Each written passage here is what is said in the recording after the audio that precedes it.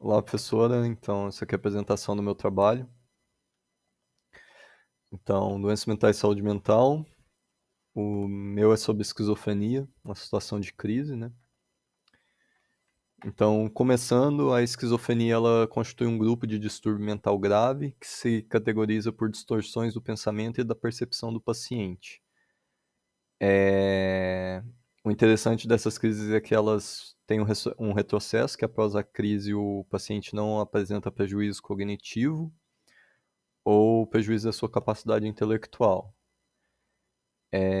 Se bem que, se houverem muitas crises, com frequência, ela pode dar um prejuízo cognitivo no paciente.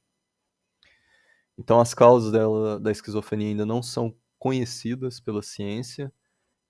Presume-se que os fatores de predisposição têm a ver com categorização genética e que ela está ligada ao estresse emocional.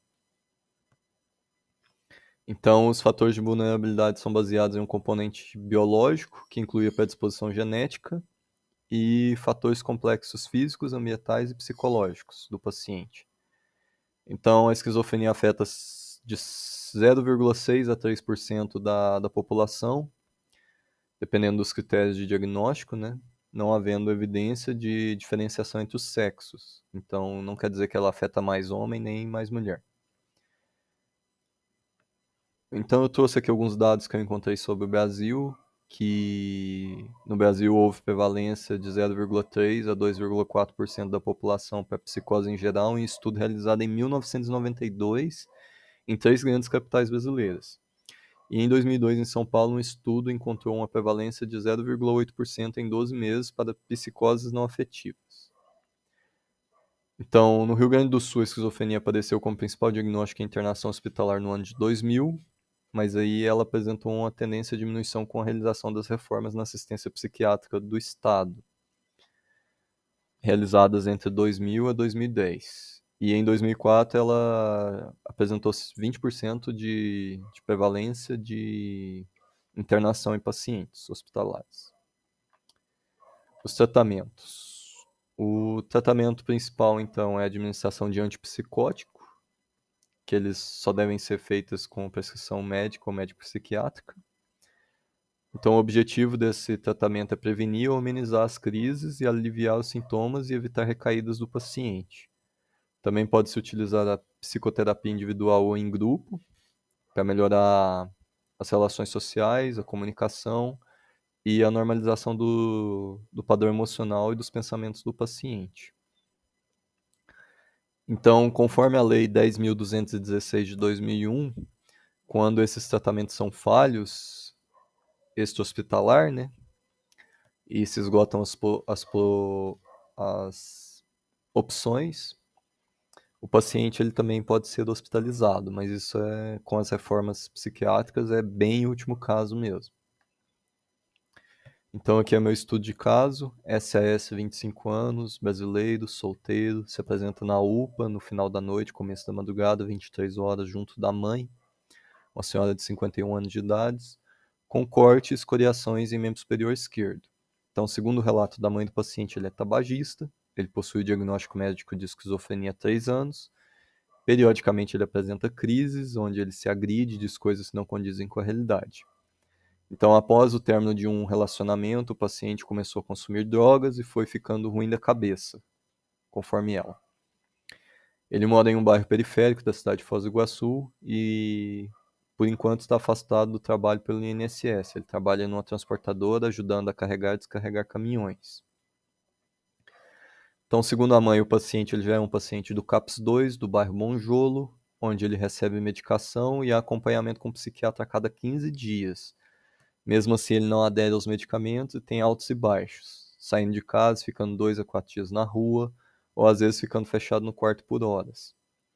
A mãe, ela mora apenas com o filho, ela trabalha realizando serviços domésticos e não tem condições de cuidar do filho durante todo o dia. Então, em entrevista, o paciente ele estava muito inquieto e desorientado. A todo momento ele disse para a mãe levá-lo para casa, apresenta um corte, como foi dito, no membro superior esquerdo, com algumas escoriações. Segundo a mãe, ele mesmo fez esse corte, utilizando uma faca na qual ela conseguiu retirar da mão dele e esconder. E ao ser indagado sobre o que havia acontecido com seu braço, o paciente apresentou um discurso desorganizado, disse que foi um outro rapaz chamado Geraldo que havia tentado roubar suas roupas, e ao tentar evitar isso, o Geraldo havia o machucado. Após essa indagação, já apresentou outro discurso, dizendo que estava ali por engano, que deveria ir ao médico, pois caiu durante o trabalho e bateu a cabeça. Então foi dito ao paciente para acalmá-lo que ele iria ser levado ao médico, mas que antes era necessária uma avaliação para ver se ele não havia se machucado mais. Após essa fala, o paciente consentiu em colaborar com o exame físico e foi solicitado à mãe para ajudar para que ele não se agitasse durante o procedimento. No exame físico do paciente, ele se mostrou agitado, com expressões de dor, desorientado. Foi mantida conversa com o paciente durante o exame físico para que fosse possível realizar o procedimento.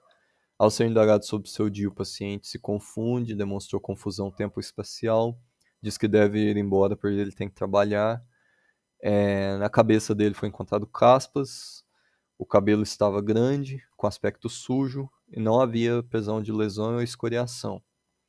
A face simétrica, sem a presença de lesões, os olhos, as pupilas estavam isocóricas, sem secreções e mucosa. Nariz, o septo e a mucosa nasal estavam íntegras, sem a presença de secreções ou lesões. A boca, então, a mucosa estava íntegra, os dentes amarelados e sujos e a língua esbranquiçada. A orelha e o canal interno não foi visualizado, sem sinais de presença de infecção, externamente. A caixa torácica, o tórax simétrico, com presença de algumas cicatrizes no quadrante torácico esquerdo. A mãe diz que foram cortes feitos durante uma crise há cerca de 1 ano. A expansão do tórax estava normal e não notou-se o auxílio da musculatura acessória para respirar. Então ele estava eupneico, murmúrio vesicular preservado, sem presença de ruídos adventícios. Ele estava taquicárdico devido à ansiedade, sem presença de sopros. Então foi avaliado o ferimento, somente teve dano muscular no braço. Foi solicitado ao médico de plantão a sutura e foi realizado o curativo. O abdômen do paciente estava sem dor à palpação, ruídos aéreos presentes em cólon transverso. Micção espontânea, a mãe diz que ele não tem problemas para ir ao banheiro e não sabe dizer sobre as práticas sexuais do paciente. Então a pressão arterial dele estava 11/9 ou 110/90, a frequência cardíaca 92 batimentos por minuto, frequência respiratória 28 respirações por minuto e a temperatura 36,6. No membro inferior, não tinha presença de ferimentos em membros inferiores, o paciente utiliza um chinelo de dedo, os pés estavam limpos, sem presença de ferimentos ou micose. Ao ser indagada sobre o uso de drogas, a mãe relata que o paciente às vezes fuma maconha, mas não sabe se o filho usou ou não antes do episódio. Então, a intervenção é sobre a crise. Segundo o relato da mãe, o paciente ele adere à terapia medicamentosa, mas às vezes esquece de tomar o remédio, não tem como ela monitorar porque ela trabalha. E ao ser questionada se o paciente tomou os medicamentos no dia, a mãe diz que não sabe, pois trabalhou durante o dia. Então, foi solicitados os medicamentos prescritos para o paciente conforme o relato da mãe, e ela trouxe as bulas, que são clorpromazina, risperidona, haloperidol e olanzapina. Então foi orientado à mãe que ela permanecesse o paciente permanecesse em observação durante a madrugada na UPA. Foi ministrado medicamento calmante, o paciente foi encaminhado ao CAPS durante a manhã para atendimento. Então, sobre os diagnósticos. O primeiro que eu coloquei é o distúrbio de identidade pessoal relacionado a transtorno psiquiátrico e definido pela incapacidade de manter a percepção integrada e completa de si mesmo. Então, durante a noite que ele estava no CAPS, a prescrição seria visitar o leito do paciente quando estiver na UPA, verificar seu nível de consciência, observar a presença de qualquer sintoma clínico, cefaleia, sudorese, agitação, náusea ou vômito relacionado à prescrição médica e, se necessário, realizar intervenção. Avaliar a lesão em membro superior esquerdo, realizar a limpeza do local, realizar um novo curativo pela manhã antes dele ser encaminhado. Ao acordar, né, realizar uma nova conversa com o paciente para verificar alterações em sua capacidade mental e a percepção sobre si mesmo, a sua mãe e o seu entorno. Questionar se ele lembra como ele foi parar ali e tudo mais.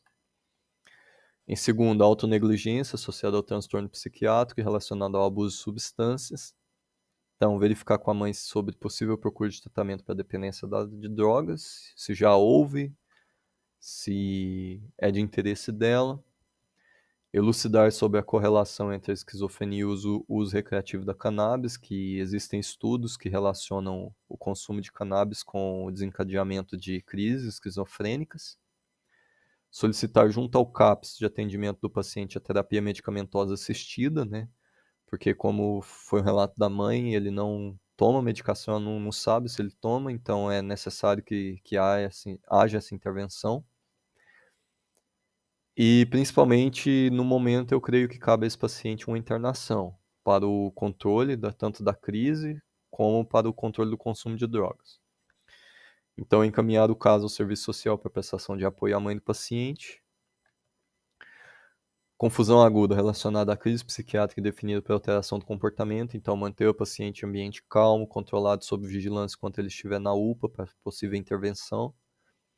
Solicitar à mãe que acompanhe o filho durante a madrugada lá na UPA e que comunique qualquer alteração no nível de consciência dele. Solicitar prescrição médica de medicamentos calmantes que ajudem o paciente a descansar para aliviar os sintomas da crise. Então, se atentar à possível crise psicótica e nível de humor ao despertar. Isolamento social associado à alteração do estado mental é definido pela ausência do sistema de apoio.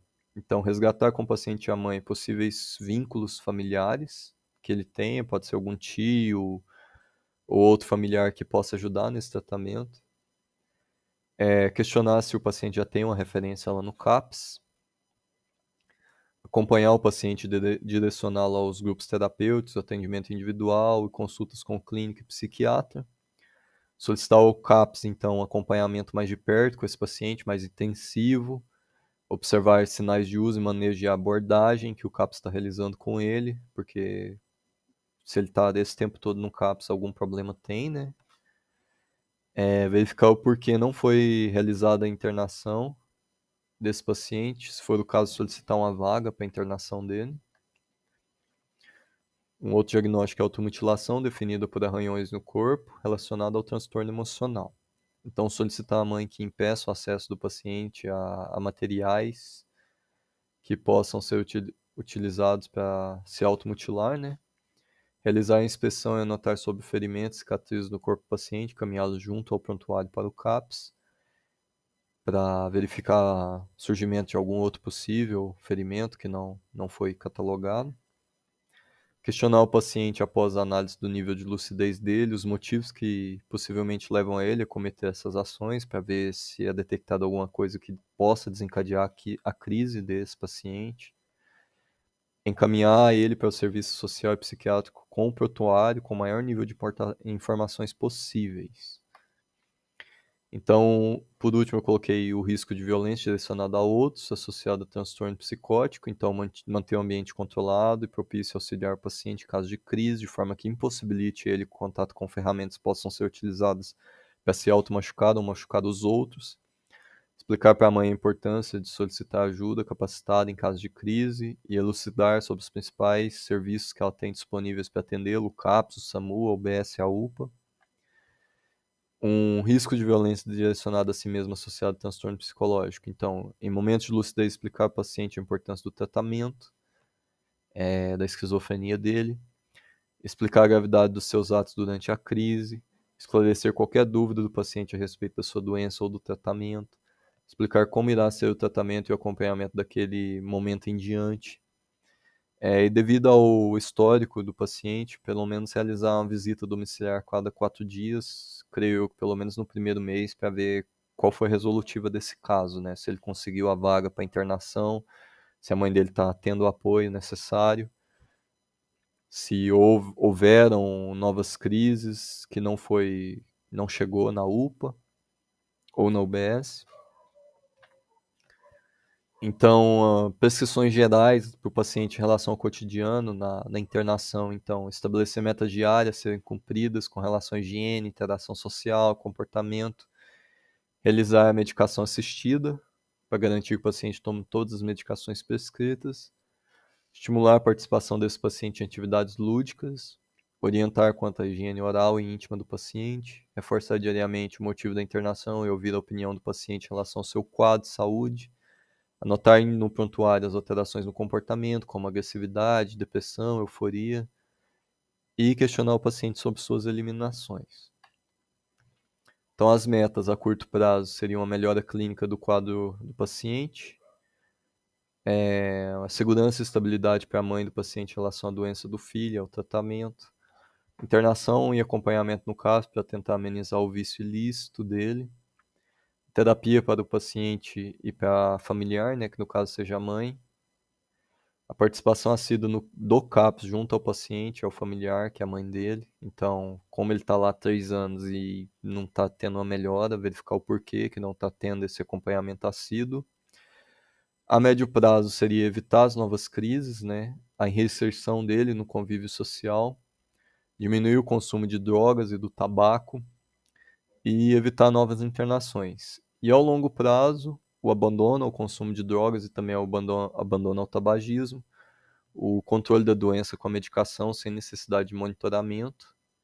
Infelizmente, a esquizofrenia não tem cura descoberta ainda, então é necessário que haja o controle da doença. E o retorno do paciente ao seu emprego, né, para ele voltar ao convívio social adequado.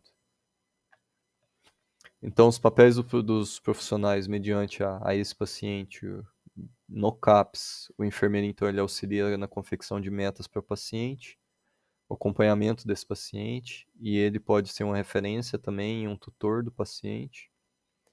O psicólogo, ele faz acompanhamento com grupos de autoajuda, ele realiza terapia individual e coletiva com os pacientes e com os familiares, e ele também auxilia na confecção e produção de metas. O psiquiatra e o médico, quando é disponível no CAPS, eles realizam a prescrição de medicamentos.